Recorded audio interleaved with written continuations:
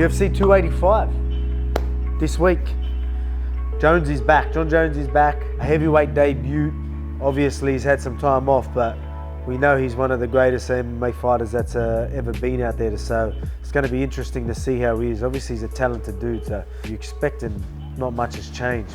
Bo Nickal going for the early double leg takedown. And there it is. Bo Nickal, I'll give Bo Nickal a mention. Obviously, he's fighting that Jamie Pickett. So a lot of people are going to be like, oh, we'll see how he goes. You know, obviously he's a wrestler and all that, thinking that he just has that. But from what I've seen, obviously we know he's wrestling's high level. But you see him, the way he blends that in with his strikes, the way he's got nice level changes, and he's got good range, he's got good looks to really mix the takedowns and the punches together, which is going to make it very hard. I don't care who you are in front of him. You are going to be threatened by that takedown, which is going to leave you vulnerable upstairs. So that's why you see him landing some big shots. Oh my God, mission in 60. I can see him finishing fights on the feet just purely because he's that massive threat of the takedown and the way I feel like he can capitalize on, and the way he blends them all together. Pretty cool to see someone that's been in the sport. I don't feel like he's been in MMA that long. Not that long to really, master a distance and really have that. Well, I feel like he's doing very, very good there. So I'm expecting a good performance from Bo Nickal. I just really wanted to quickly touch on that. Oh! Spin kick sets him down. Shavkat Rakhmonov still undefeated. Man, Shavkat Rakhmonov. What? I knew I was going to stuff that up. And Geoff Neal. Geoff Neal, obviously a tough, dangerous opponent. Shavkat, he's good, man. He's really good. He's obviously a dangerous fighter. I think he finds it very hard to get opponents and things like that. So he's dangerous. So I'm going to have to lean towards Shavkat. I just think he'll be a bit too much, and I think he's destined to go all the way to the top. Down goes Platinum! Hands up! Geoff Neal is there again. I rate him. He's dangerous. He could definitely land something. But if I'm obviously leaning towards Shavkat. Oh, head kick. It's it. Oh, my God.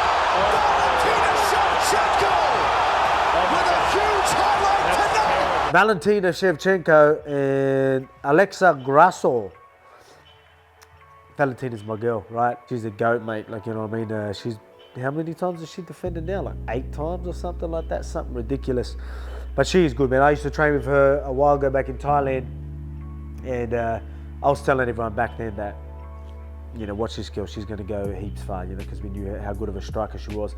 And I knew her Muay Thai clinches. And I knew her grappling and wrestling wasn't too bad as well. So I knew she would do well. Her last fight, she obviously had to go through some adversity with the grappling and stuff like that. But I guarantee you, Pavel, her coach, has worked on that. I'm sure they've definitely did some time, spent some hours working in all their positions. And they don't stop training. They travel the world and just train everywhere. So they get stuck into it. And her striking is next level. I don't think Alexa has much for her. So obviously I'm always going to be biased. But I don't think it's biased because I know her. She's legit. She's the champ. She's been killing it for how long? We all know how good she is. So it's going to be very hard to bet against her because of how good she is. And plus, obviously, I've got that connection with her. So obviously, I think it's going to be Valentina Shevchenko taking that win. I think she might get a finish. After her last fight, I think she might be looking to get a finish on the feet. She's more of a counter fighter.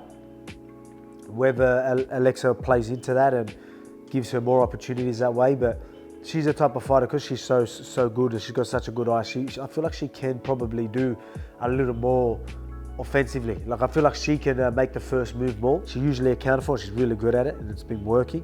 But I feel like she's in a position where she can definitely dictate the fight wherever it goes. Whether she wants to initiate the first combos or initiate the first action. I feel like she's that good that she can do that. And sends Jones retreating. He's just having a hard time reaching Jones. Oh, Jones all over him. Here comes Johnny Bones with the ground and pound. Cormier. That could be it. Trying to That's it. He's out. He's out. Jon Jones has done it. Now Jon Jones in guard.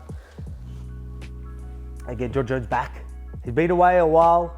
Obviously, he's had a bad past with certain things. Obviously been done, popping and all that type of stuff, which is always going to put a bit of a stain on your name.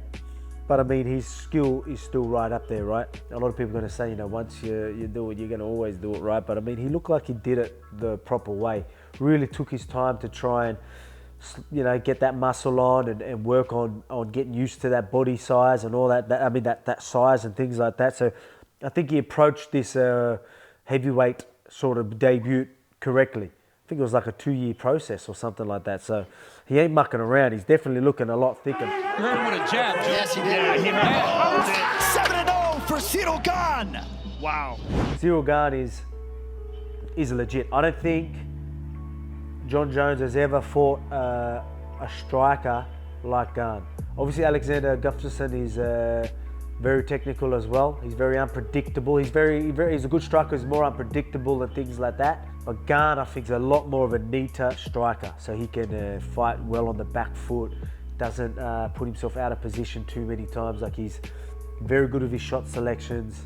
Doesn't take unnecessary risks. He's very, very calculated striker. He'd be definitely the most calculated striker Jon Jones has ever fought, I think. Let me know what you think in the comments. You might disagree. I know Jon Jones has got a crazy resume. You know, you've got your Shoguns, your Rampage Jackson, which a lot of dangerous guys there. But when we're talking about actual calculated striking, I think Ciryl Gane, even though he's a heavyweight, compared to the light heavyweights, I still think he's definitely the most technical. The size difference and then fighting someone that's so calculated. Does the wrestling come into play? I think Jon Jones will definitely has them tools to do that. So I think that's something that he's going to do. So which is going to be cool to see. Again, you want to see, it's mixed martial arts. You want to see him mix it up. You want to see this chess match that is probably going to be. Ciryl Gane's going to make it hard for him. He's not just going to come forward and walk into range. So that's when I think he might really start level changing, threatening takedowns, you know, maybe touching the leg, you know, really committing, looking like he's committing, coming up with elbows and really mixing that up to at least start to even land some of those strikes.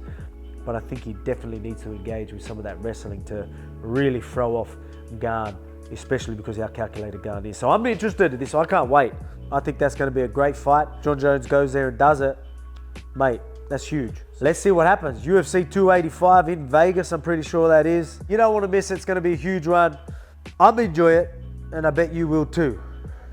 See you later.